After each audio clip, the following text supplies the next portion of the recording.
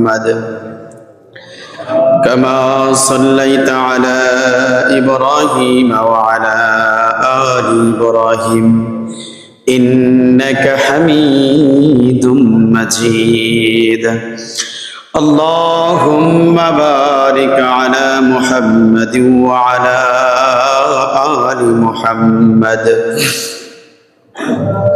كما باركت على إبراهيم وعلى آل إبراهيم إنك حميد مجيد اللهم صل على روح محمد في الأرواح وعلى جسد روح محمد في الأجساد وعلى كل قلب محمد في الخلوق بلغ العلا بكماله كشف الدجى بجماله حسنت جميع خصاله صلوا عليه وآله لا إله لا إله إلا الله لا إله لا إله إلا الله محمد رسول الله صلى الله عليه وسلم الحمد لله রব্বুল আলামিন আল্লাহ তাআলা আপনাকে এবং আমাকে আজকের এই জুমায় যথাসময় হাজির হওয়ার আল্লাহ তৌফিক দিয়েছেন। সবাই দিল উজাড় করে একমাত্র আল্লাহর সন্তুষ্টির জন্য শুকরিয়া জ্ঞাপন করছি আলহামদুলিল্লাহ। আল্লাহ রাব্বুল আলামিন আমাদেরকে দুনিয়াতে একটা সীমিত সময় দিয়ে প্রেরণ করেছে। এই হায়াতের জিন্দেগিতে যেই সময় আল্লাহ নির্দিষ্ট করে দিয়েছে, কোনো মানুষ চাইলে যতটুক হায়াত আল্লাহ তাকে দিয়েছে, এই হায়াতের মাধ্যমে সে মালিকের পূর্ণ সন্তুষ্টি অর্জন করতে পারে, আল্লাহর ওলি হয়ে আল্লাহর বান্দা হয়ে দুনিয়ার থেকে বিদায় হইতে পারে। আবার এটা কাজ করে মাইক্রোফোনটা বন্ধ করে ওইটা দিয়ে দে, খানেরটা ওইটা খুলে ফেলেন। দুনিয়ার মানুষ যা কিছু অর্জন করবে ভালো এবং মন্দ, আল্লাহ যে জন্য তাকে সৃষ্টি করেছেন, সৃষ্টির যে উদ্দেশ্য, সৃষ্টির যে মাকসাদ, তা তখনই মানুষের দ্বারা হাসিল হবে যে মানুষটা দুনিয়ার হাজার কাজের ব্যস্ততার মধ্যেও মালিকের গোলামি করে মালিকের সন্তুষ্টি অর্জন করে। আমাদের একটা ধারণা এরকম, যেই সমাজে বসবাস করে আমরা আবার বুজুর্গ হব কি করে, আল্লাহর ওলি হব কি করে। এটা আমাদের একটা ভুল ধারণা, ভুল চিন্তা। এটা কি ধারণা বলেন? ভুল একটা চিন্তা, ভুল একটা ধারণা।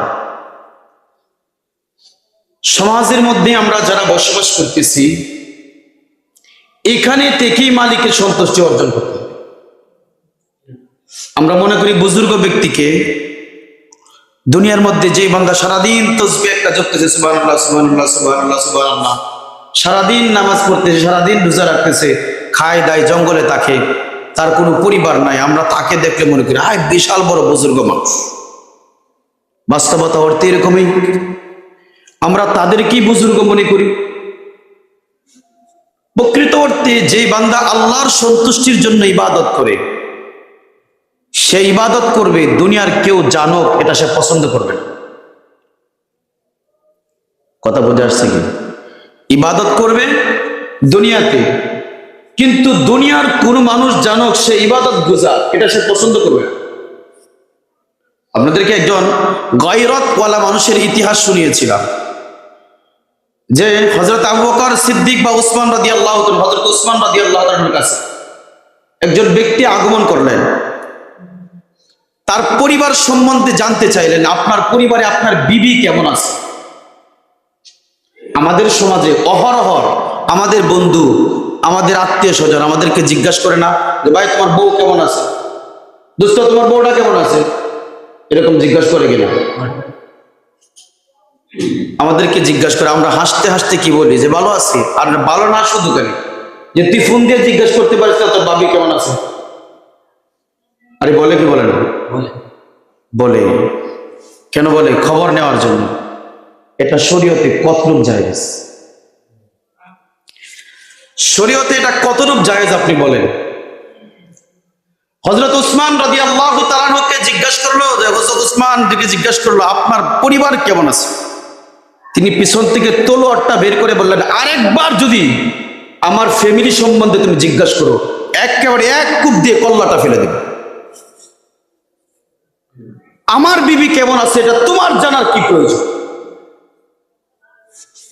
গায়রতওয়ালা মানুষের অবস্থান হচ্ছে এমন যে তার বিবি কেমন আছে সে তা জানবে, তার অন্য মানুষ জানবে কেন? 14 পুরুষ, এটা তো অন্য মানুষের প্রপার্টি নয় যে সবাই মিলে বাপ। একজন স্ত্রী একজন স্বামীর ব্যক্তিগত প্রপার্টি, ব্যক্তিগত জিনিস সবাই ব্যবহার করে না একজন ব্যক্তিগত ব্যবহার করে? একজন ব্যক্তিগত ব্যবহার করে। হ্যাঁ, পরিবারের যেসব সদস্যগুলা শরীয়ত সম্মত যে 14 জন পুরুষ তার সামনে যাওয়া বসা খাওয়া কথা বলা জায়েজ আছে, তারা তার খবর নিতে পারে। আর আমাদের অবস্থান কি? 14 গোষ্ঠী এসে জিজ্ঞাসা করে তার বউটা কেমন আছে রে? আরে বিশাল ভালো। আরে তাহলে তুই খবর নিস কি অবস্থায় আছে? অথচ যার সাথে কথা বলা জায়েজ নাই সে খবর নেওয়া জায়েজ। হারাম। আমরা হারামটাকে হালালের সংমিশ্রণ করে দিয়েছি। কেন জানেন? আমাদের গায়রতের অভাব। যেটা মূল কথা বোঝাইতে চেয়েছিলাম, যে আমাদের ইবাদত তো এমন হবে যে আমরা ইবাদত করি, দুনিয়ার কোনো মানুষ জানুক যে ইবাদত গুজার বান্দা, সে চাইবে না আমার কোন ইবাদত প্রকাশ পাক। বুজুর্গ ব্যক্তি কাজ হবে, সে ইবাদত করবে, দুনিয়ার কেউ জানবে না, একমাত্র মালিক আল্লাহ জানবে। সে তো দুনিয়ার মানুষকে দেখানোর জন্য ইবাদত করে না। কার জন্য ইবাদত করে? আল্লাহর জন্য। যে আল্লাহর জন্য ইবাদত করে সে তো দুনিয়াতে ইবাদতই করে যাবে, দুনিয়ার কেউ জানবে না। আর মানুষকে দেখানোর জন্য যখন হবে, সে নামাজে আসার পরেই তার ভঙ্গি দেখে বোঝা যাবে অমুক মসজিদে এসে হাজির হয়েছে। এটা হলো গায়রতহীন মানুষের কাজ।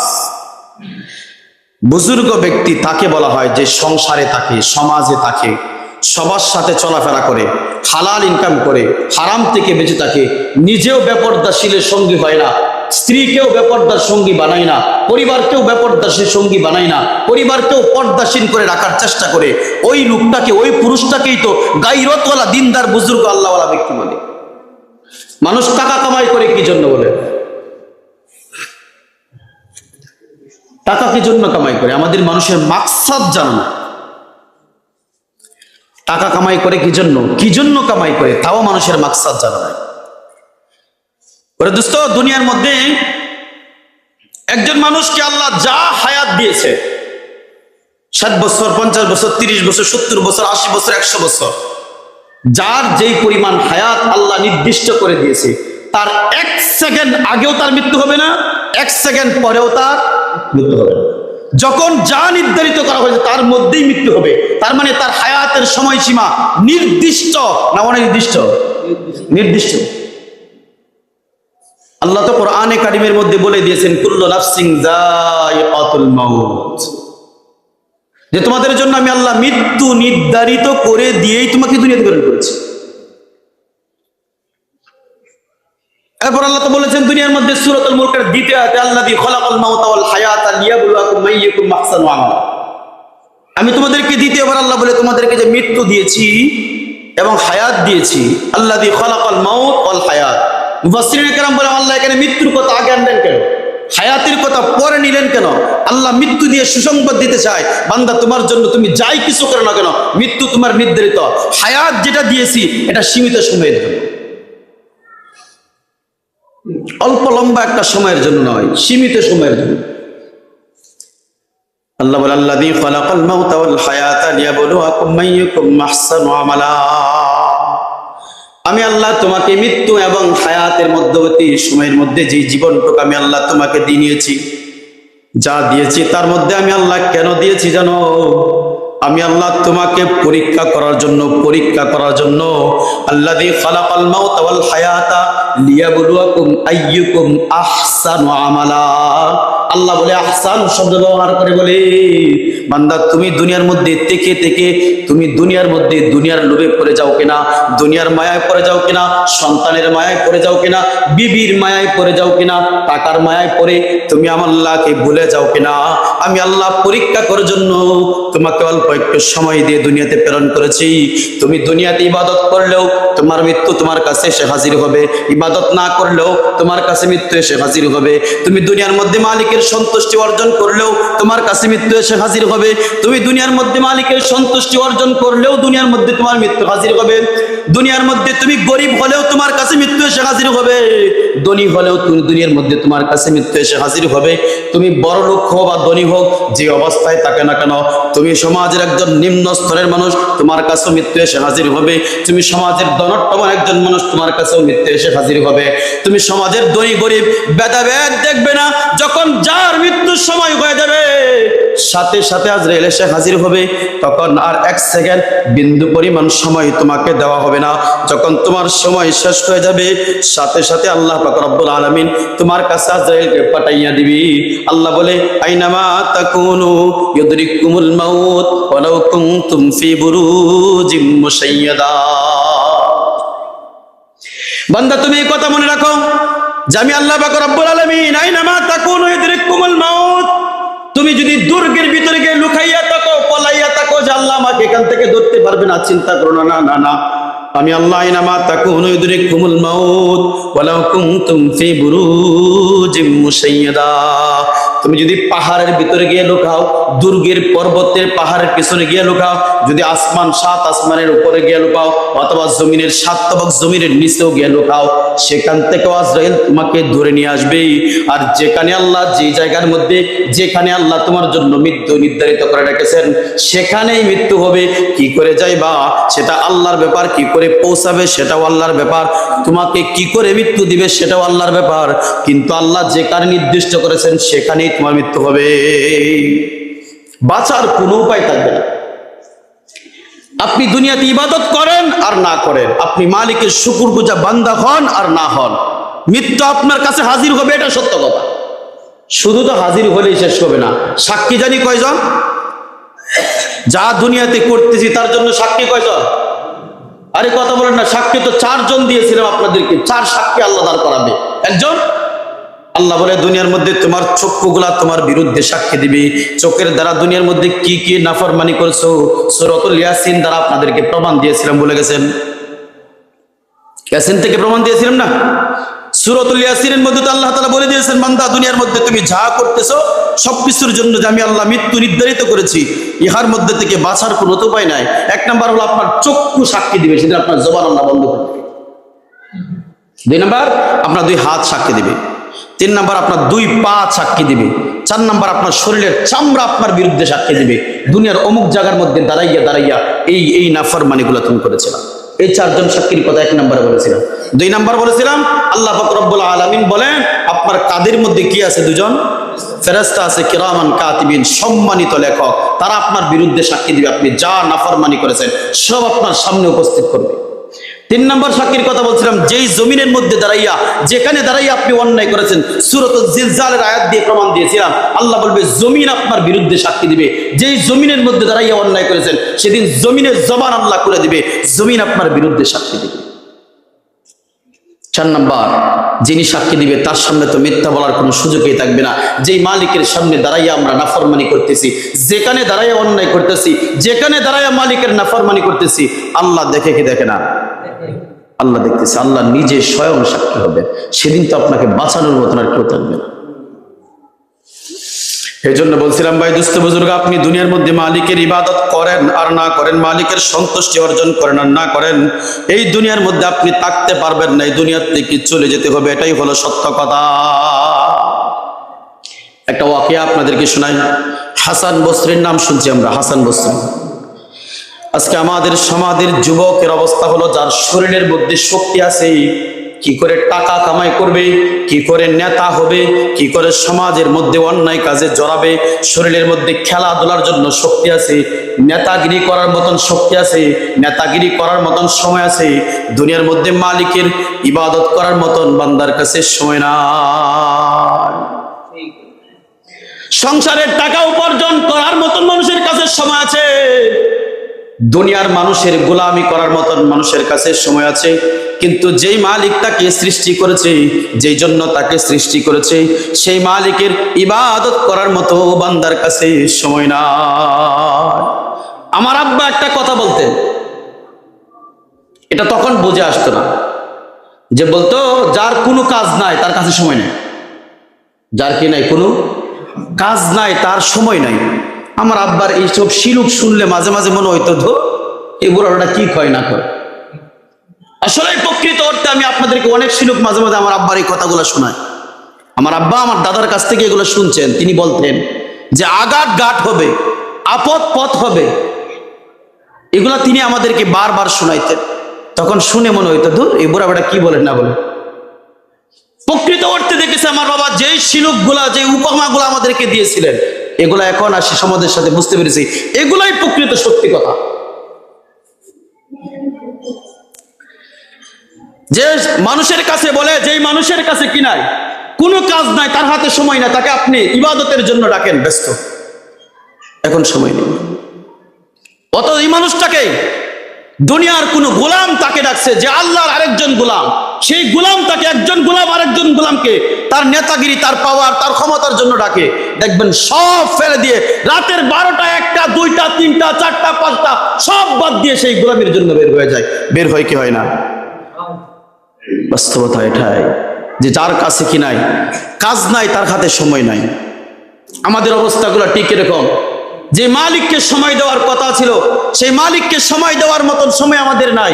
দুনিয়ার সংসারের জন্য সময় দেওয়ার সময় আছে, দুনিয়ার ক্ষমতার জন্য সময় দেওয়ার ক্ষমতা আছে, শরীর ঠিক রাখার জন্য সময় দেওয়ার মতন সময় আছে, ঘুমানোর জন্য সময় দেওয়ার মতন সময় আছে, রাস্তায় বসে দুনিয়ার মানুষকে আড্ডা দিয়ে সময় নষ্ট করার মতন সময় আমাদের হাতে আছে। প্রকৃত অর্থে যেই মালিক আল্লাহ ইবাদতের জন্য, গোলামির জন্য সৃষ্টি করেছিলেন, সেই মালিকের গোলামির জন্য আমাদের হাতে সময় নাই। হাসান বসরির নাম আমরা সবাই শুনছি দুনিয়ার মধ্যে, তিনি একজন বিশ্ববিখ্যাত আল্লাহওয়ালা বুজুর্গ মানুষ ছিলেন। তিনি এত বড় বুজুর্গ হইল কি করে, তার জীবনের একটা ওয়াকিয়া শুনেন। হাসান বসরি রহমতুল্লাহ আলাইহি তিনি এমন একজন বুজুর্গ মানুষ ছিল, গোটা উপমহাদেশের মধ্যে যে কোনো আলেমে দ্বীনকে জিজ্ঞাসা করেন, সবাই হাসান বসরির নাম শুনছে এবং শুনে। আপনারাও হয়তো হাসান বসরির নাম শুনছেন। এই হাসান বসরি দুনিয়ার মধ্যে এমনি এমনি আল্লাহর বুজুর্গ হয় নাই, নিজের থেকে চিন্তা ফিকিরের মাধ্যমে আল্লাহ তাকে জ্ঞান দান করেছে, বুজুর্গ বানাইছে। হাসান বসরি রহমতুল্লাহ আলাইহি যুবক যখন টকবক, শরীরের মধ্যে যখন পূর্ণ শক্তি, তিনি চিন্তা করলেন, আমার সমাজের মধ্যে যদি ভালো থাকতে হয় তাহলে আমাকে দুনিয়ার মধ্যে কাজ করতে হবে, আমাকে এখন প্রতিষ্ঠিত হইতে হবে। কেননা আমি যদি এখন প্রতিষ্ঠিত না হইতে পারি, আমার শরীরের শক্তি যখন শেষ হয়ে যাবে, তখন আর আমি প্রতিষ্ঠিত হইতে পারবো না। তিনি চিন্তা করলেন কি করা যায়। তখনকার সময়ের মধ্যে তোনার একটা ব্যবসা ছিল, এমন ব্যবসা, হীরা মণি মুদ্রা বিভিন্ন জায়গা থেকে তিনি সংগ্রহ করতেন, এগুলা পরিষ্কার করতেন, পরিষ্কার করে রুমে নিয়ে তিনি ব্যবসা করতেন, রুমের মধ্যে ব্যবসা করতেন, রুমে বিক্রি করতেন, টাকা পয়সা লেনদেন করতেন। ব্যবসা করতে করতে একটা সময় রুমে একজন মানুষের সাথে তার বন্ধুত্ব হইয়া যায়। বন্ধুত্ব হয়ে যাওয়ার পর হাসান বসরিকে বলতেন, তুমি যখন এই রুমের মধ্যে ব্যবসার জন্য আসবা, তোমার কাজ হলো তুমি আমার বাড়িতে মেহমান হইবা, আমার বাড়িতে থাকবা, আমার বাড়িতে খাইবা, আমার বাড়িতে সবকিছু করবা। যতদিন তুমি রুমের মধ্যে ব্যবসা করবা, তুমি আমার বাড়ির মেহমান হইবা। হাসান বসরি রহমতুল্লাহ তার একটা গুণ ছিল, তিনি যখন মেহমান হইতেন শুধু তার বাড়িতে বেড়াইতেন না, তার বাড়িতে থাকা অবস্থায় ব্যবসা করতেন এবং অবসর সময়টুকু তিনি ঘুরতেন। প্রতি সময় যখন ঘুরেন, আরেকবার যখন বন্ধুর বাড়িতে গিয়ে হাজির হয়, বন্ধু ডাক দিয়ে বলল, বন্ধু আমার, তুমি আমার বাড়িতে মেহমান হয়েছো, বিভিন্ন জায়গায় তুমি ঘুরতে গিয়েছো, চলো আজকে তোমাকে এমন একটা জায়গায় নিয়ে যাব যে জায়গাটা দেখলে তোমার কাছে বড় ভালো লাগবে এবং জায়গাটা তোমার কাছে বড় আশ্চর্য মনে হবে। ঠিক আছে বন্ধু, চলো কোথায় যাওয়া যায়? বললো আমাদের সমাজে একটা বড় জঙ্গল আছে, জঙ্গলের মধ্যে একটা কবর আছে, কবরের মধ্যে আজকে বড় একটা অনুষ্ঠান হবে, অনুষ্ঠানটা দেখার জন্য যাব। হাসান বসরি বলল কবরের মধ্যে আবার দেখার কি আছে? বলল চলো, যাইলেই দেখতে পারবা, এখানে অনেক বড় বড় নামি দামি মানুষ এখানে হাজির হবে, সমাজের বাদশা পর্যন্ত সেখানে হাজির হবে, তুমি দেখবা তারা কি করে, তাদের কার্যকলাপ দেখলে তোমার মনটা সন্তুষ্ট হয়ে যাবে। হাসান বসরি রহমতুল্লাহ আলাইহি বলেন ঠিক আছে বন্ধু চলো। তিনি যখন গিয়ে হাজির হলেন, তাকায় দেখেন প্রথম এক দল আসলো, যে দল হলো সমাজের যে বাদশা ছিল, বাদশার সেনাপতি, যারা সমাজকে কন্ট্রোল করত, যারা সমাজের শাসনকর্তা ছিল, এমন কিছু লোক আইসা একদল লোক দাঁড়াইলো, সন্তান কবরের পাশে দাঁড়াইয়া কি কি জানি বলল, তারা চলে গেল। আরেক দল সমাজের ব্যক্তিত্বশালী মানুষ আসলো, যারা সমাজের ডক্টর, ইঞ্জিনিয়ার, বড় বড় জ্ঞানী বিজ্ঞানী এমন মানুষগুলো এসে হাজির হইল, তারাও কবরের পাশে দাঁড়াইয়া কতক্ষণ কি জানি বললো, আর চোখের পানি ফেলে সবাই এখান থেকে চলে গেল। সর্বশেষ বাদশাহ নিজে হাজির হইল, হাজির হইয়া কবরের পাশে দাঁড়াইলো, চোখের পানি ছেড়ে ছেড়ে কান্না করলো, আর কি জানি বললো, এখান থেকে চলে গেল। হাসান বসরি রহমতুল্লাহ আলাইহি বলেন আমি রুমের ভাষা বুঝি না, না বোঝার কারণে তারা কবরের পাশে দাঁড়াইয়া কি বলছে আমি বুঝতে পারি নাই। বন্ধুকে জিজ্ঞাসা করলাম, বন্ধু বলো এই তিন দল মানুষ এখানে দাঁড়াইয়া দাঁড়াইয়া তারা কি বললো বলো। এবার হাসান বসরিকে বলে বন্ধু তুমি এটা কি বুঝতে পারছো এখানে যে কবরের মধ্যে একজন মানুষ শায়িত আছে? বললো হ্যাঁ এটা বুঝতে পেরেছি। তিনি কে? হাসান বসরিকে ডাক দিয়ে বলল বন্ধু আমার, এই যে কবরের মধ্যে মানুষ শায়িত আছে, এই মানুষটা দুনিয়ার সাধারণ কোনো মানুষ নয়। তিনি বলেন জি বাদশাহ শেষে আসছিল, বাদশার পুত্র বা তার একমাত্র পুত্র ছিল, আর কোনো সন্তান ছিল না, এটাই তার সন্তান ছিল। যিনি কবরের পাশে দাঁড়াইয়া কান্না করেছিল এটা হলো তার সন্তান, আর যিনি দাঁড়াইয়া ছিল তিনি হলো তার বাবা। বললো হ্যাঁ তা বুঝতে পারলাম, কিন্তু তারা কি বললো তা তো আমি কিছুই বুঝতে পারি নাই। এবার হাসান বসরিকে ডাক দিয়ে বললো বন্ধু আমার, সেনাপ্রধানরা দাঁড়াইয়া কবরের পাশে দাঁড়াইয়া বলছে যে বাদশার সন্তান, তুমি দুনিয়ার মধ্যে আমাদের কাছে বড় প্রিয় সন্তান ছিল, প্রিয় মানুষ ছিল, তোমার জন্য আমাদের হৃদয়টা বড় রক্তকরণ হয়। যদি দুনিয়ার মধ্যে আমাদের কোনো শক্তি, সামর্থ্য, হিম্মত আর ক্ষমতা থাকতো, দুনিয়ার কোন মানুষের সাথে যুদ্ধ করার মতন, তোমাকে বাঁচাইয়া রাখার মতন কোনো শক্তি আর হিম্মত ক্ষমতা আমাদের থাকতো, দুনিয়ার সব মানুষের সাথে যুদ্ধ করে হলে আমাদের প্রত্যেকের জীবন গুলা দিয়ে হলেও তোমাকে দুনিয়ার মধ্যে বাঁচাইয়া রাখতাম। তুমি সমাজের মধ্যে একজন ভালো যুবক ছিলা, তুমি সমাজের মধ্যে একজন নেককার যুবক ছিলা, তোমার জন্য আমাদের হৃদয়টা বড় করণ হয়। কিন্তু এমন একজন মালিক তোমাকে দুনিয়া থেকে নিয়ে গিয়েছে, যার সামনে অজুহাত বা আমাদের অস্ত্রগুলা একেবারে অচল, যিনি তোমাকে নিয়ে গিয়েছে তার সামনে অভিযোগ করারও কোনো ক্ষমতা আমাদের নাই। তোমার মালিক আল্লাহ তোমাকে নিয়ে গিয়েছে, তবে আমরা দোয়া করি আল্লাহ তোমার কবরের মধ্যে তোমাকে শান্তিতে রাখো। এদেশের যত সেনা প্রধান আছে, এদেশের পুলিশ আছে, বিডিআর আছে, আর্মি আছে, যদি আমার দেশের যিনি সর্বপ্রথম নেতা ছিলেন, এই নেতার সন্তানেরা দুনিয়ার মধ্যে আছে, কথার কথা তারেক রহমান দুনিয়াতে আগমন করছে, তার রূহটা যদি আল্লাহ কবজ করে নিয়ে যায়, এদেশের যত সেনা প্রধান, যত পুলিশ আছে, যত বিডিআর আর্মি আছে, সবাই মিলে কেউ কি ধরে রাখতে পারবে? আরে পারবে কি? কেউ ধরে রাখতে পারবে না। যখন সময় হয়ে যাবে তারও চলে যেতে হবে, আপনি আমারও চলে যেতে হবে। সেনা প্রধান গুলাই কথাই গুলা বলছিল, ও বাদশার সন্তান, যদি আমাদের ক্ষমতা থাকতো সবার সাথে যুদ্ধ করে হলেও তোমার জীবনটাকে বাঁচাইয়া রাখতাম, কিন্তু এমন একজন মালিক নিয়ে গিয়েছে যার কাছে আমাদের অস্ত্র, আমাদের ক্ষমতা একেবারে অচল। দ্বিতীয় দল যিনি আগমন করেছে, ডাক্তার ছিল, ব্যারিস্টার ছিল, বড় বড় ক্ষমতাশীল ছিল, জ্ঞানী মানুষ ছিল, তারা দাঁড়াইয়া চোখের পানি ছেড়ে ছেড়ে কান্না করে আর বলছিল বাদশার সন্তান, দুনিয়ার মধ্যে তোমাকে বাঁচাইয়া রাখতে পারতে তাহলে আমাদের সমাজের বড় উপকার হইতো, আমাদের বড় কল্যাণ হইতো, কিন্তু তুমি সমাজ থেকে চলে যাওয়ার কারণে আমাদের অকল্যাণ হয়েছে, কিন্তু আমাদের করার মতন কোনো ক্ষমতা নাই, কোনো শক্তি নাই। যদি জ্ঞান বুদ্ধি আর চিকিৎসার মাধ্যমে দুনিয়ার মধ্যে তোমাকে বাঁচাইয়া রাখা সম্ভব হতো, তাহলে দুনিয়ার সব শক্তি দিয়ে তোমাকে বাঁচাইয়া রাখার চেষ্টা করতাম। ওরে দোস্ত, বুদ্ধিমান মানুষ হলে বুঝে থাকেন, বলেন দেখি দুনিয়ার মধ্যে যত চিকিৎসা বিজ্ঞান আছে, কারো মৃত্যু যখন আল্লাহ নির্ধারিত করে ফেলবে, কোন চিকিৎসা, কোন বিজ্ঞানী, কোনো কিছুর মাধ্যমে দুনিয়ার কোন মানুষকে বাঁচাইয়া রাখা কি সম্ভব? দুনিয়ার কোন মানুষকে বাঁচাইয়া রাখা সম্ভব না। হাসান বসরি রাহমাতুল্লাহ আলাইহি বলেন, তার কবরের পাশে দাঁড়াইয়া জ্ঞানী মানুষগুলা বলছিল, আমাদের জ্ঞানের কোনো অভাব নাই, আমাদের কাছে ঔষধ বিদ্যা বিজ্ঞানের কোনো অভাব নাই, কিন্তু এমন একজন মালিক তোমাকে ডাক দিয়েছে, যেই মালিকের হাত থেকে রক্ষা করবে এমন ক্ষমতা আমাদের নাই। তবে তুমি কবরের মধ্যে শান্তিতে থাকো, এটাই তোমার জন্য কল্যাণকর। তৃতীয়বার বাবা আসলেন। বাদশা এসে কবরের পাশে দাঁড়াইয়া চোখের পানি ছেড়ে ছেড়ে কান্না করে আর ডাক দিয়ে বলল, শাহজাদা সন্তান আমার, দুনিয়ার মধ্যে আমি পিতা তো এমন একজন পিতা যে তোমাকে যিনি নিয়ে গিয়েছেন তার হাতটাকে বাঁচানোর মতন ক্ষমতা আমার নাই।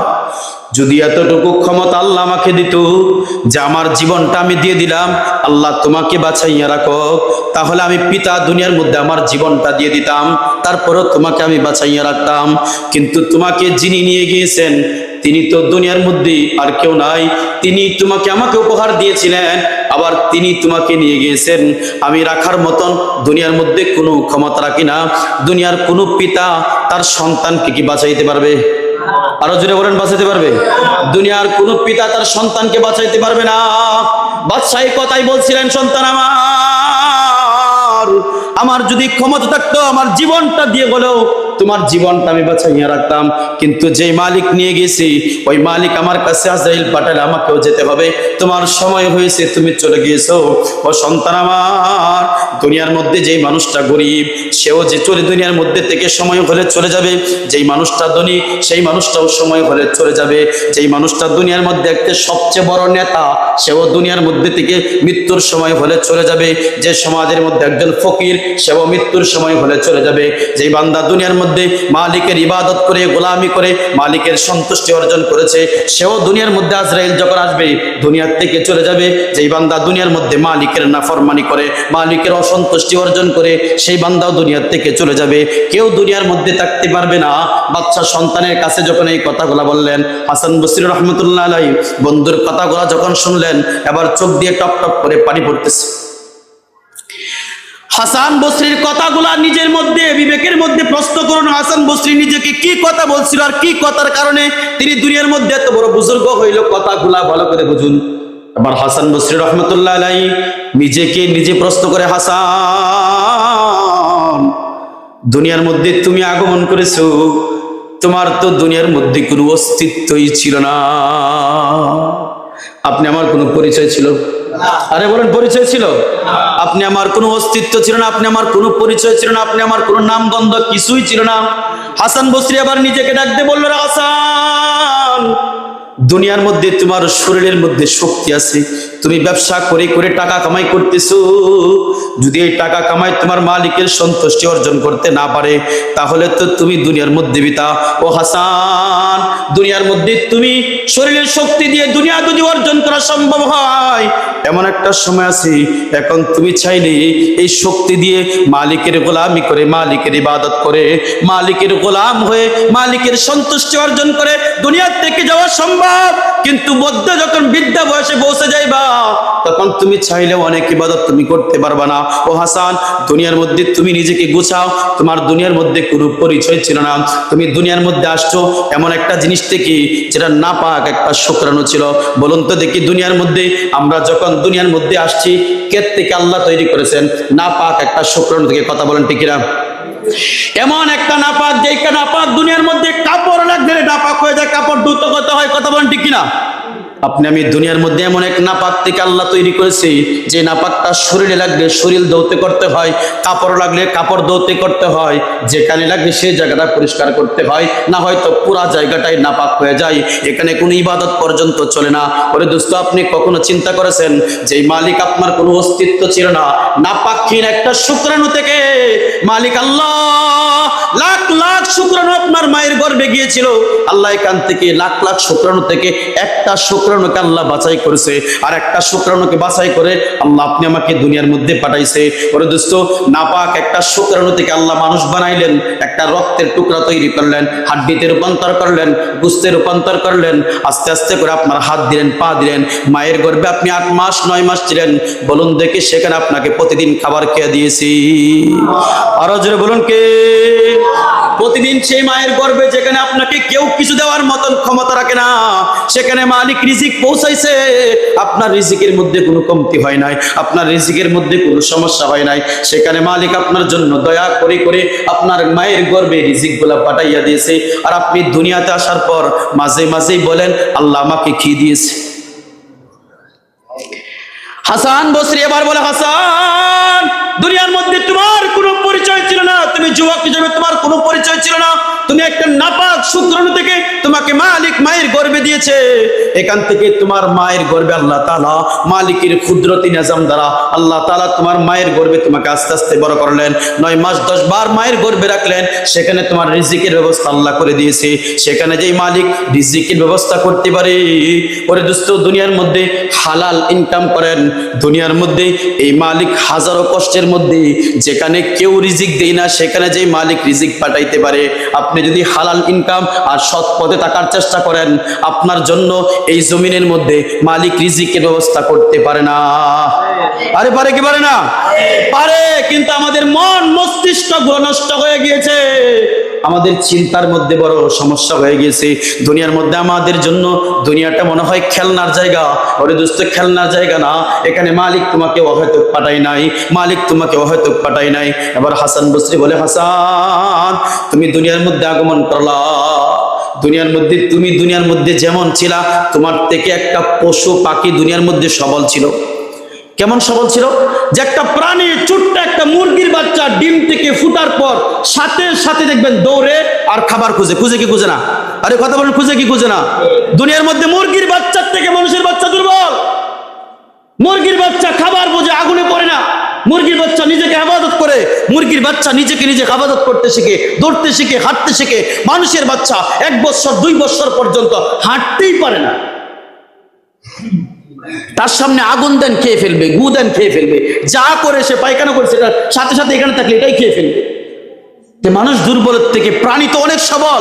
একটা প্রাণীর বাচ্চা, একটা গরুর বাচ্চা, ছাগলের বাচ্চা, মুরগির বাচ্চা জন্ম হওয়ার কিছুক্ষণ পর হাঁটতে পারে, দৌড়তে পারে, নিজের খাবার নিজে জোগাড় করতে পারে। মানুষের বাচ্চা 2 বছর পর্যন্ত মানুষের বাচ্চা নিজের খাবার নিজে জোগাড় করতে পারে না। আরে এই সমাজের অবস্থা তো এখন বর্তমানে 20 বছরের যুবকের বাচ্চারাও সমাজের মধ্যে নিজের খাবার নিজে জোগাড় করতে পারে না। বাবার হোটেলে আর মায়ের হোটেলে বসে বসে খায়। এরপর আমাদের এত বাহাদুরি না?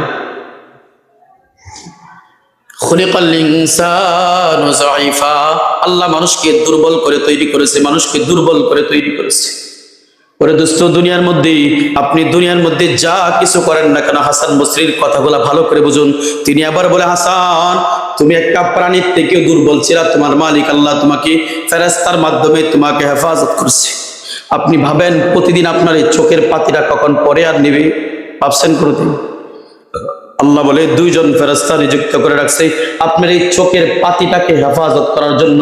সর্বাবস্থা আপনার চোখটাকে বিভিন্ন অঘটন থেকে বাঁচানোর জন্য আল্লাহ 2 জন ফেরেশতা নিযুক্ত করে রাখছে। আপনার হাত পা চলে, আপনি বলেন এমনি এমনি চলে না, না, আপনার জন্য আল্লাহ শত শত হাজার হাজার ফেরেশতা আল্লাহ নিযুক্ত করে রাখছে। আপনি ভাত খাইতেছেন, মনে করতেছেন এগুলা জমিনের মধ্যে খালি হইতেছে আর খাইতেছি, না, না, হইতেছে আর খাইতেছি না। একটা ভাত আল্লাহ বানাইতে জমিনের মধ্যে, একটা ভাতের পিছনে 70 জন ফেরেশতা ব্যয় করেছে। কয়জন ফেরেশতা?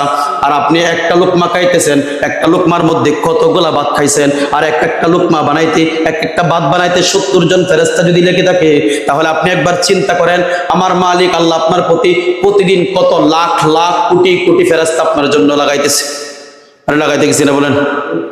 এই জমিনের মধ্যে আপনি হাঁটতেছেন, জমিনের মধ্যে আপনি হাঁটতেছেন না। এই যে গাছ দেখতেছেন, মনে করতেছেন এমনি এমনি দাঁড়াইয়া আছে, আল্লাহ এমনি বানাইছে, না, না, এমনি বানাই নাই। এই জমিনের মধ্যে যে গাছপালা না থাকে, মানুষের নিঃশ্বাসের দুর্গন্ধে, মানুষের নিঃশ্বাসের মধ্যে যে পরিমাণ রোগ বালায় থাকে, এগুলার অক্সিজেনের রোগ বালায়ের কারণে দুনিয়ার সব মানুষ মারা যাবে, কেউ দুনিয়ার মধ্যে এক সেকেন্ড বাঁচবে না।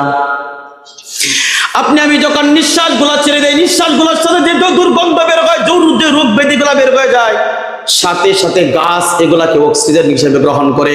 গাছ এই দুর্গন্ধ আর সমাজের যত খারাপ আছে এগুলা গ্রহণ করে আপনি আমাকে ভালো একটা বাতাস দেয়। আর আপনি আমি মাঝে মাঝে চিন্তা করি, দুনিয়ার মধ্যে আমার টাকা নাই, আমার কিছু নাই, আমি অল্প খুব কষ্ট করে চলতেছি, আমার তো কষ্টের কোনো শেষ নাই। আমাদের কাছে মনে হয় দুনিয়ার মধ্যে আল্লাহ আমাকে কি দিয়েছে, এরকম মনে হয় না? ওই মিয়া, আপনার কাছে মনে হয় আল্লাহ আপনাকে কি দিয়েছে? আপনি বারেন দেখি কেমন বাপের বেটা, আপনাকে আল্লাহ দিয়ে একটা সন্তান দিয়েছে, একটা সন্তান বানাইয়া দেখান। গোটা পৃথিবীর সকল মানুষকে চ্যালেঞ্জ করলাম, গোটা পৃথিবীর সকল বিজ্ঞানীকে চ্যালেঞ্জ করলাম, পুরুষের শুক্রাণু ছাড়া, নারীর শুক্রাণু ছাড়া, দুইজনের শুক্রাণু ব্যতীত দুনিয়ার মধ্যে পারলে কেউ একটা মানুষ বানাইয়া দেখা। গোটা পৃথিবীর যত বিজ্ঞানী আছে সকল বিজ্ঞানীকে চ্যালেঞ্জ করলাম, পারলে একটা মানুষ বানাইয়া দেখা। এরপর আপনার কাছে মনে হয় আল্লাহ আপনাকে কি দিয়েছে? আপনার কাছে মনে হয় আল্লাহ আপনাকে কি দিয়েছে? আপনাকে আল্লাহ এমনি বানাইছে, আপনার হাত পায়ে এমনি হয়ে গেছে। কতদিন মালিকের গোলামি করছেন? কতদিন? 5 ওয়াক্ত নামাজ মাঝে মাঝে আসেন না, মন চাইলে পড়েন, মন চাইলে পড়েন না, মন চাইলে জুমার নামাজ পড়েন, মন চাইলে জুমার নামাজ পড়েন না। আর আপনি মনে করেন সমাজের মধ্যে আমার থেকে ভালো মানুষ কে আছে? আপনার থেকে নিকৃষ্ট মানুষ কে আছে যে মনে করে নিজেকে যে আমি দুনিয়ার মধ্যে আমার থেকে ভালো মানুষ কে আছে?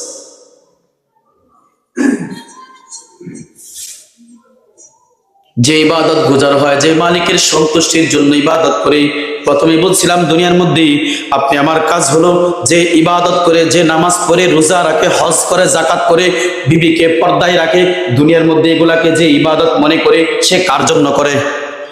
আরে বুঝে না, কার জন্য করে? আল্লাহর জন্য করে। যে আল্লাহর জন্য করে সে নিজের কোনো কৃতিত্ব থাকে না। আপনি যে গোলামি করেন এটার একটা সহজ উদাহরণ দেই। চাকরি করেন কিনা? চাকরি করার সময় মালিকের যে আপনি কাজগুলা করে দেন, যে বিনিময় আপনাকে দেয়, এই কাজ আপনি করে দেওয়ার পরে যখন মালিকের কাছে চলে যায়, এটা আপনার কাজ থাকে না মালিকের হয়ে যায়? তৈরি করে দেওয়ার পর সাথে সাথে মালিকের হয় কি হয় না? আপনি তো শুধু খালি গোলাম কাটছেন, বিনিময় দিয়েছে। ঠিক তেমনি দুনিয়ার মধ্যে আপনি একজন গোলাম, আর কিছুই নয়। মালিকের একজন গোলাম তো আপনি কিছুই নয়। আপনি ইবাদত করবেন, ইবাদতের বিনিময়ে মালিক আল্লাহ আপনাকে জান্নাত দিবে, জান্নাতের বিনিময়ে আপনি ইবাদত করবেন। আপনার কিসের ইবাদত? যে আমি নামাজি, কিসের নামাজি আপনি? আমি হাজি, কিসের হাজি আপনি? আমি সমাজের এই সেই অমুক তমুক, আপনি কিছুই তো। আপনি আমার একটাই পরিচয়, আপনি কার গোলাম বলেন? আরো জোরে বলেন, কার গোলাম? আমার একটাই পরিচয়, আমি আল্লাহর গোলাম। আমার আর কোনো পরিচয় আমার একটাই, আমি মালিকের গোলাম, আর কিছুই না। আমি ইবাদত করি, নামাজ পড়ি, রোজা রাখি, হজ করি, জাকাত দেই, মানুষের খেদমত করি, ভালো কিছু করি, সব কিছু একমাত্র ক্রেডিট পাওয়ার মাত্র মালিক আল্লাহ আমাকে দিয়েছে। এগুলো করবি তো তুই দুনিয়ার মধ্যে থেকে করে আসার পর তুই জান্নাত পাবি, করবি না তো জাহান্নামে যাবে। তাহলে নিজেকে নামাজি মনে করার কোনো সুযোগ তো নেই, নিজেকে হাজি মনে করার তো কোনো সুযোগ নাই। দুনিয়ার মধ্যে আমাদের কাছে কিছু ইবাদত করলে তো মনে হয় আমি কি জানি হয়ে গেলাম। শেষ কথা হলো দাবি দুর্গ দুনিয়ার মধ্যে থেকে আল্লাহ বলেন কুল্লু নাফসিন যায়কাতুল মাউত। তুমি যত বাহানা, তাল বাহানা, যাই কিছু করো না কেন, ঘুরাইয়া পেঁচাইয়া যেদিকেই তাকাও না কেন, তোমার এই কথা মনে রাখো, তুমি সমাজের বৃত্তস্থানী হলেও তোমার জন্য মৃত্যু নির্ধারিত। সমাজের নিম্ন শ্রেণীর ব্যক্তি হলেও তোমার জন্য মৃত্যু নির্ধারিত। তুমি সমাজের মধ্যে একজন জ্ঞানী মানুষ, তুমি আল্লাহকে চেনো না, তারপরেও তোমার সময় শেষ হয়ে যাওয়ার পর তোমার জন্য মৃত্যু নির্ধারিত। তুমি সমাজের একজন পাগল মানুষ, পাগল, তুমি কিছুই বুঝো না, তার জন্য আল্লাহ মৃত্যু নির্ধারিত করে রাখছে, তখনই মৃত্যু হবে। সমাজের একজন ধনী, গরিব, নিম্ন শ্রেণীর মানুষ, যেই পেশা, যেই শ্রেণীর মানুষ হন না কেন, আপনি হুজুর হন বা না হন, আপনি সমাজের মূর্খ মানুষ হন, যেই মঞ্চে হন না কেন, যেই পর্যায়ের মানুষ হন না কেন, আপনার কাছে মৃত্যু এসে হাজির হবে। আপনার মৃত্যুবরণ করতেই হবে, কিন্তু মৃত্যুবরণ করলেই তো শেষ হয়ে যায় না। এটা তো মাত্র ফর্মুলা, শুরু আসেন হয়েছে। ওরে দোস্ত, মৃত্যুবরণ করলেই তো শেষ হয়ে যায় না, মৃত্যুর সময়টাই তো কঠিন সময়। রাসূলুল্লাহ সাল্লাল্লাহু আলাইহি ওয়াসাল্লাম বলেন, যখন মৃত্যুর সময় হয়ে যায়, মৃত্যুর যখন সময় হয়ে যায়, যখন মানুষের কাছে আজরাইল এসে হাজির হয়, দুই সূরত নিয়ে হাজির হয়। এক সূরত নেককার মানুষ হলে তার সামনে জান্নাতের সুঘ্রাণ নিয়ে হাজির হয়, জান্নাতি মেশকে আম্বর নিয়ে হাজির হয়, তার সামনে ফেরেশতারা সুসংবাদ জানায়, তার কানের মধ্যে সুসংবাদ জানায় যে আল্লাহ পাক রব্বুল আলামিন আপনার প্রতি সন্তুষ্ট, আল্লাহ আপনার জন্য অপেক্ষমান, আপনি দুনিয়ার থেকে বিদায় হন। বান্দা হাসতে হাসতে দুনিয়ার থেকে বিদায় হয়ে যায়। আর যেই মানুষটা দুনিয়ার মধ্যে মালিকের নাফরমানি করে, মালিকের খায়, মালিকের ঘুমায়, মালিকের দেওয়া সব ভোগ করার পর মালিকের নাফরমানি করে, আল্লাহ বলে এই মানুষটার জন্য, তার জন্য আযাবের ফেরেশতা পাঠানো হয়। দেখার সাথে সাথেই অতিষ্ঠ হয়ে যায়। অনেক মানুষ দেখবে মৃত্যুর সময় পায়খানা পর্যন্ত করে দেয়। অনেক মানুষের অস্তিত্ব খারাপ হয়ে যায়। আপনি ভাবতেছেন মরে গেলাম তো শেষ, মরে দেখেন না, আরে মরে দেখেন না কি হয়, পরে আছেন বুঝবে। এই দুনিয়াতে হাজার অন্যায় করার পর মানুষ তওবা করলে আল্লাহ মাফ করে দেয়, ইবাদত করলে কবুল করে নিন। আপনি দুনিয়াতে যত তাল বাহানা, রং তামসা যাই কিছু করেন না কেন, এটা মনে রাখুন, মাথায় রাখুন, দিন শেষে মৃত্যু আপনার জন্য নির্ধারিত। আপনি যাই কিছু করেন, বাঁচার কোনো উপায় নাই। আল্লাহ তাআলা আমাদেরকে মৃত্যুর প্রস্তুতি গ্রহণ করার তৌফিক দান করুন, দুনিয়াতে গুনাহমুক্ত জিন্দেগি যাপন করার তৌফিক দান করুন। আপনার ইবাদত, আপনার গুনাহ, আপনার নেক, এই কথা মনে রাখুন। আপনার কোনো সন্তান, সবাই সহজ কথাগুলো ভালো করে বুঝুন এই কথাটা, আপনি যত গুনাহ করছেন আপনার বিবি নিবে আপনার গুনাহ? আরে কথা বলেন, নিবে? আপনি যত গুনাহ করছেন আপনার সন্তান নিবে? আপনি যত গুনাহ করছেন আপনার ভাই নিবে? আপনি যত গুনাহ করছেন আপনার বাবা নিবে? আপনার কবরে আপনার ভাই যাবে? আপনার কবরে আপনার বন্ধু যাবে? আপনার কবরে আপনার ভাই যাবে? আপনার বাবা যাবে? আপনার স্ত্রী যাবে? কেউ যাবে না। আপনার কবরে আপনাকেই যেতে হবে, আপনার হিসাব আপনাকেই দিতে হবে। আপনি দুনিয়াতে যা করেন হিসাব বুঝে শুনে করুন, যে আমার কবরে গেলে আমার হিসাব। বিবেকবান বুদ্ধিমান মানুষ হলে চিন্তা করুন আর চলুন, সমাজে চলুন, চিন্তা করুন আর চলুন। আমি হুজুর আজকে এখানে আছি, কালকে থাকবো না। আপনি এখানে আছেন, কালকে থাকবেন না। আপনি জানেন এই সমাজ থেকে 2-3 দিন আগে একজন মানুষ চলে গেছে? আপনি জানেন? 90% মানুষ জানি না। আমি নিজেই জানতাম না। আমি ফেসবুকে দেখলাম একজন মানুষ সমাজের থেকে চলে গেছে। এই মানুষটা আমাদের সামনে যে একটা ফ্যাক্টরি আছে, ফ্যাক্টরিতে চাকরি করতো, তার একটা মেয়ে আমার কাছে পড়ালেখা করতো। ওই লোকটাকে আমি এই সুবাদে চিন্তা। ওই লোকটা এই মাসে, রানিং মাসের কথা বলতেছি, এই ডিসেম্বর মাসে রানিং মাসের কথা বলছি, রানিং মাসের 10 তারিখের দিকে আমার সাথে সাক্ষাৎ করেছে। সাক্ষাৎ করে তিনি এর আগে একটু অসুস্থ ছিলেন, আমার সাথে বলেন, হুজুর আমি অসুস্থ ছিলাম, আমার মেয়েটা 2 মাসে আসছে, টাকা পয়সা আপনাকে দিতে পারি নাই, আমার শরীরটা ভালো না, যদি সম্ভব হয় সামনে আরেকবার 2 মাসের টাকা একবার আপনাকে দিব। আমি বলছি কোনো সমস্যা নাই। আজকে 10 তারিখ আমার সাথে সাক্ষাৎ করছি, এই লোকটা যে মারা গেছে এই কথা আমার বিশ্বাস হচ্ছে। আমি ফেসবুকে দেখার পর আশ্চর্য হইলাম যে লোকটা দুনিয়া থেকে অত সুস্থ সবল মানুষ আমার সাথে সাক্ষাৎ করছে। এই হাজী সাহেবের বাসায় আমার সাথে সাক্ষাৎ করে টাকা দিয়ে গেছে, আমার সাথে কথা বলে গেছে, অথচ এই লোকটা মারা গেছে আমাদের সমাজের মানুষ আমরা জানি না। অথচ এই সমাজ থেকে একজন মানুষ চলে গেছে, এই 2-3 দিন আগের কথা বললো। আর আপনি চিন্তা করেন আর দুনিয়ার মধ্যে বাঁচে থাকবেন কয়দিন? বাঁচবেন আপনি? কোন দিনের আশায় বসে আছেন যে আপনি কোন দিন ইবাদত করবেন, কোন দিন মালিকের সন্তুষ্টি অর্জন করবেন?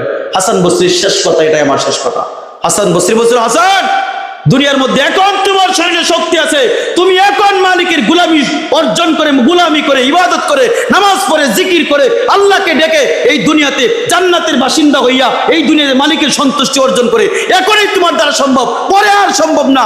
হাসান সেদিন থেকে পরিবর্তন হইল, হাসান বসরি এমন হইল এই দুনিয়ার মধ্যে কিয়ামত পর্যন্ত হাসান বসরির নাম থাকবে। আপনি নিজেকে নিয়ে কতদিন ভাবছেন যে আমার এখনই সময় ইবাদত করার? আমাদের তো কথা হয় এরকম, এখন না, বয়সটা আর একটু বাড়ুক, এরপর থেকে করবো, আরেকদিন করবো, কালকে করবো, পরের দিন করবো। পরের দিন আপনি বাঁচবেন গ্যারান্টিটা দিয়েছে কি আপনাকে? আপনি পরের দিন বাঁচবেন, কালকে বাঁচবেন, এরপরের দিন আপনি বেঁচে থাকবেন, আপনাকে গ্যারান্টি দিল কে? আর আপনার বিবেককে কোনোদিন প্রশ্ন করছেন? আপনি আরামে ঘুমাইতেছেন না? এমন মায়ের খাবেন কবরে যাওয়ার পর যে মায়ের কোনো হিসাব থাকবে না। দুনিয়ার বাড়িতে মায়া হয়, ওইখানে কোনো মায়াও চলবে না। আল্লাহ তাআলা আমাদেরকে মৃত্যুর কঠিন যন্ত্রণা বিভীষিকা বুঝে শুনে দুনিয়ার মধ্যে মালিকের গোলামি এই দুনিয়াতে কখন করা সম্ভব? এখন অবস্থায়, সুস্থ অবস্থা, আজকের থেকে, এখন থেকে। কোন দিন থেকে? এখন থেকে। কালকের থেকে বলবো তা নয়। নামাজ পড়বো আজকের থেকে, ইবাদত করবো কোন দিন থেকে? সবাই বলে কোন দিন থেকে? এখন থেকে, আজকের থেকে। কালকে বাঁচবেন আপনার কোনো গ্যারান্টি আছে? তা আপনি কিসের আশায় কালকে করবে? হুশ কবে ফিরবে? এখন এই সমাজের 90% মানুষ দাঁড় করায়, লজ্জাজনক কথা নয়, এটাই সত্য কথা। 90% লোক যদি দাঁড় করায় সূরা ফাতিহা শুদ্ধ করে হবে না। অথচ আমরা মুসলিম, অথচ রাসূলের ভাষ্য অনুযায়ী সমাজের একজন মানুষের নামাজ ততক্ষণ পর্যন্ত হয় না যখন কোরআনের মধ্যে তেলাওয়াত শুদ্ধ সহিহ না হয়। তাহলে আপনি নামাজ পড়তেছেন, সূরা ফাতিহা শুদ্ধ না, আপনার নামাজ হয় কি করে? এটা আমাকে বুঝে একবার। আমরা মুসলিম দাবি করি না? ঘৃণা, লজ্জা আমাদের হওয়া দরকার, লজ্জা হওয়া দরকার। আল্লাহ তাআলা আমাদেরকে উত্তম ভালো কিছু বুঝে শুনে আমল করার আল্লাহ তৌফিক দান করুন। সময় একটু আবার হয়ে গেছে, এই জন্য সবার কাছে আন্তরিকভাবে দুঃখিত। ওয়া আখিরু দাওয়ানা আলহামদুলিল্লাহি রাব্বিল আলামিন। তারা সুন্নাত পরিণাম থেকে সুন্নাত করেন।